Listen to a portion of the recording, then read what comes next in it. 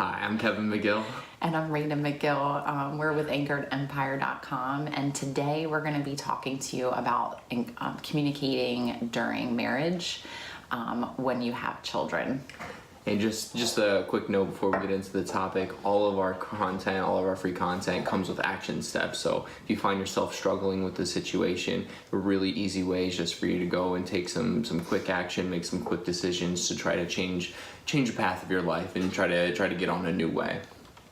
So as we get into the conversation around communicating with kids, I want to do a quick little exercise and just talk about, how much time do you spend each week at work?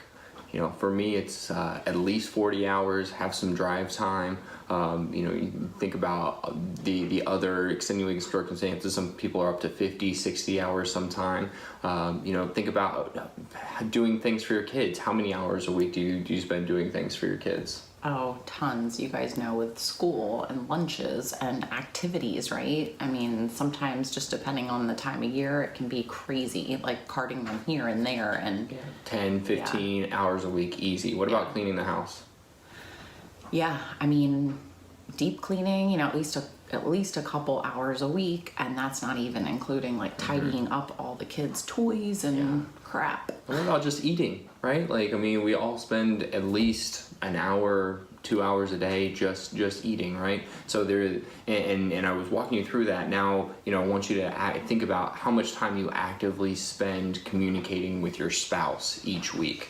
Right. And I know for us, that's insanely hard with 4 kids, 2 full-time jobs, all of the things that come with that. How much time would you say we actively spend communicating each week? Well, it's crazy. Yeah. It's crazy. You walk in. Maybe a couple of hours. Yeah, if that. maybe. Yeah. Maybe. I mean, it's, he walks in the door. Maybe you can relate. Like, he walks in the door from work, and I'm trying to make dinner, and we try to have a conversation, and it lasts for a total of 20 seconds because the kids are interrupting. Mom, Dad. They want our attention. So we can't even finish a conversation. Yeah, so it's really tough to connect. And, I think for us, when we were having our main issues and we were at rock bottom, we were communicating the least amount that, for us to survive peacefully. And looking back, that's a tough realization to see that we just were choosing all of these other things to do with our time versus communicating and really staying true to our marriage. Yeah, and our biggest issue, we weren't communicating. We weren't communicating it. We thought that we were, like, looking back. I think we thought we were doing a good job. I was telling him how I felt. He was telling me how he felt. But I don't think I really was understanding, what he was saying, his intention. I wasn't getting it. We were talking, but we weren't hearing each other, and we weren't understanding. Yeah. And, and I think in that way it was a lot easier for us to focus on other things too, right? Oh, yeah, definitely. I mean, for me, I was so frustrated. I feel like we were going through this cycle, and we were always trying to have these conversations and talk through our feelings to deepen our relationship and to get it to a point where we wanted it to be. And we were just going through this cycle so much, and it was so frustrating that I just started to focus all my attention on my fitness, my health, my kids, work, like just sinking myself into work because I didn't even know how to make our marriage better. I just kind of avoided it. Yeah, and from a psychological standpoint, it makes a lot of sense that people do that, and we both did that from the standpoint, of diving into work. You have control over that for the most part, of how much energy you put in, effort, and the result that you can get out of that. Your kids the same way. You have a lot of control over how much love that you give them and the things that you do to try to get love back from them.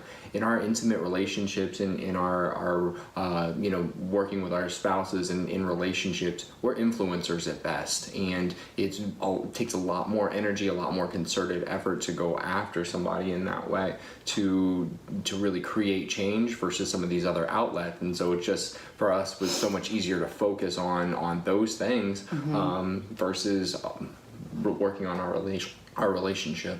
So yeah, and I think it was at that point that we hit rock bottom last year that, we were literally on the verge of divorce. Like, I really thought that divorce was possible. Because I just did not see any other option. I did not see, I had done, I think both of us had done what we thought the most that we could do to try to save our marriage and to make it better, right? And it just wasn't where we knew where it could be. And it was at that point that I was at my lowest, that, we were at our lowest, that I just gave it all to God. I mean, I broke down and I was in tears every single day in prayer. And the verse that comes to mind right now is Ephesians 4:31. Get rid of all bitterness, rage, anger, harsh words, and slander, as well as all types of evil behavior.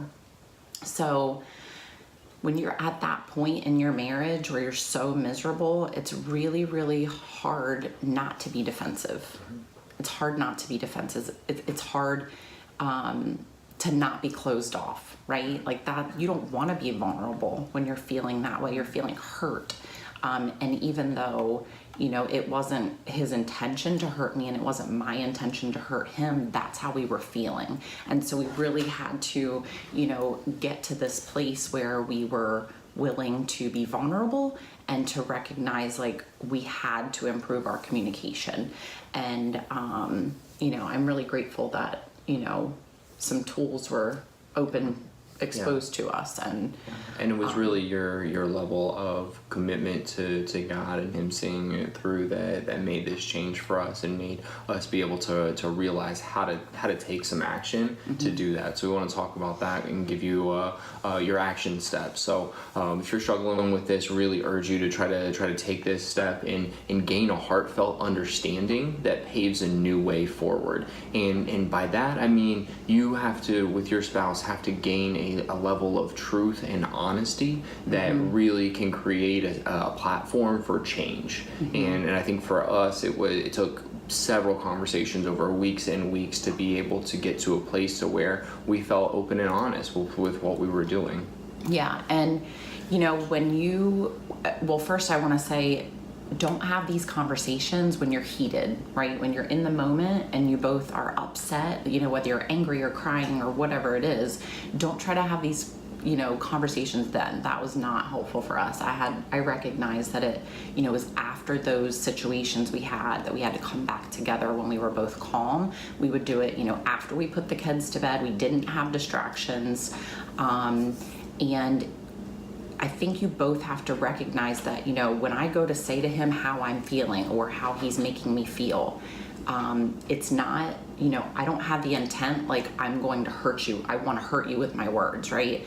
It's really just, I think that was a huge game changer for me, was recognizing that the way that he was telling me that I was making him feel, I couldn't be defensive about that. I couldn't allow my emotion to kind of come into that, if that makes sense. Yeah. And I think it's really important the way that you tell somebody too in that, so that I'm not trying to hurt you with my words, but if my words hurt you, it still needs to get out there. And that's a big difference between I'm attacking you, I'm coming at you with anger or with rage. No, I'm getting rid of all that, but I still feel that way and I have to communicate how I feel. And if then me communicating how I feel hurts you, like, I'm sorry, but we have to do that. We have to have that level, that heartfelt understanding there so that we can get past that. Yeah. It's really important. Yeah, I agree. And I think a lot of times, I would get, when he would tell me how he was feeling, I would get defensive because, to be honest, guys, like it's not always about our spouse as the one that's wrong. Like, that's an opportunity for us to, when he would come at me with these things, I had to get real with myself and say, what can I change? And that was a big thing too. Through my prayer, I knew, God was showing me, I can't change Kevin. I couldn't change him. I couldn't change the way he perceived things, and so I had to ask God to really reveal things to me, and to show me, what I could do to change myself. And it was when I was willing to do that and to be the one to take the first step, which in my past, from being hurt so many times, like that was really hard for me to do.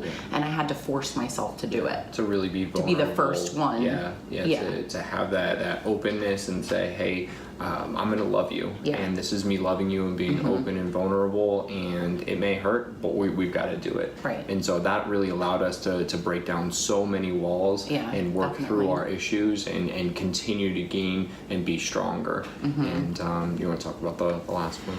Yeah, and then this also, and it's taken us a while to get there, but we've been able to openly just call each other out, right? Which in the past we would get really defensive, but once we realized that we were both at this place where we wanted to improve our communication, we wanted to improve our relationship, now we can call each other out. Yeah. And I don't get defensive, I don't get upset, because I realize, like, wait, we are trying to not just have a marriage where we're surviving, but we're thriving. We want to have an amazing marriage, right? Like, we have a great vision for our marriage. We want it to be just amazing. And so in order for that to happen, we really have to set our emotions aside and our feelings aside to really to kind of analyze things and say, hey, what you just did was not okay. Yeah, and again, don't call each other out when you're heated in the moment, because that's not going to lead to good things. So, if you are heated in that moment, save it for later. Just say, hey, I'd like to talk to you about this later. Make sure you're in a good place to where you're saying how you feel, not saying how you feel to hurt, right? You're just saying how you feel to communicate. Yeah, and I know for me personally, when I would just shut down a lot of times if he would say, like, hey, you did this, which was this old behavior you used to do, and you committed to, changing that. And my old behavior was just to, like, shut down, right? And now I'm just kind of like, I'll take a minute, and I'm like, yep, you're right. Okay, thank you for letting me know, and I'm going to keep working on that.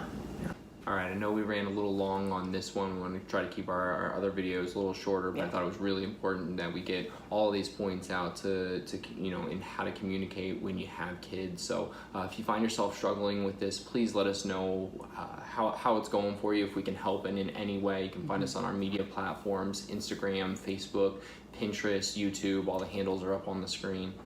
Yeah, and guys, just please know, if you can relate to anything that we said today, if you find yourself struggling in your marriage, it's not exactly how you want it to be, guys, you are not alone. You're not alone at all, especially if you have kids, it's harder. So we would love to pray for you. We can definitely attest to the power of prayer and how it's changed our marriage. So please feel free to drop a comment below. We would be happy to pray for you in your marriage. But be blessed today, and we hope this video blessed you guys. Take care. Check out all of our work at anchoredempire.com. Have a great day. See you next time. Bye, guys.